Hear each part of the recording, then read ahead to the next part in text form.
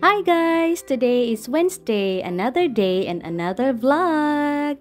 Another happy day as well guys, para sa amin.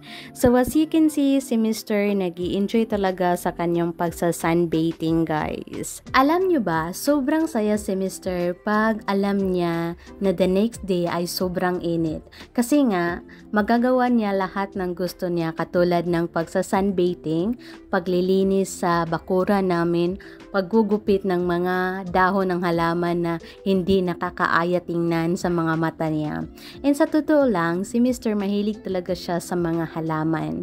Wala akong halaman na galing sa akin guys na nandito sa bahay. Lagi siyang nakatingin sa mga halaman pag nakapunta kami sa mga tawag nito sa mga plant store guys. Tumitingin siya kung meron siyang nagustuhan at bibilihin niya guys.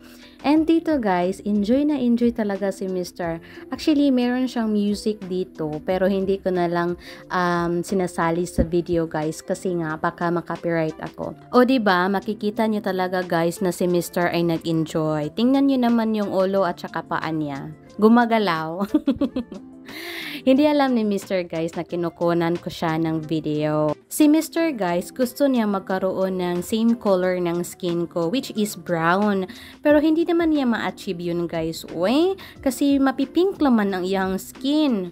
So hindi man siya mag-brown, no? Unlike sa ako ba, pag nakabilid ako ng araw, ay Diyos po, ansaon na lang nila ako guys. Ay, ang itim ko talaga, iwan ko na lang.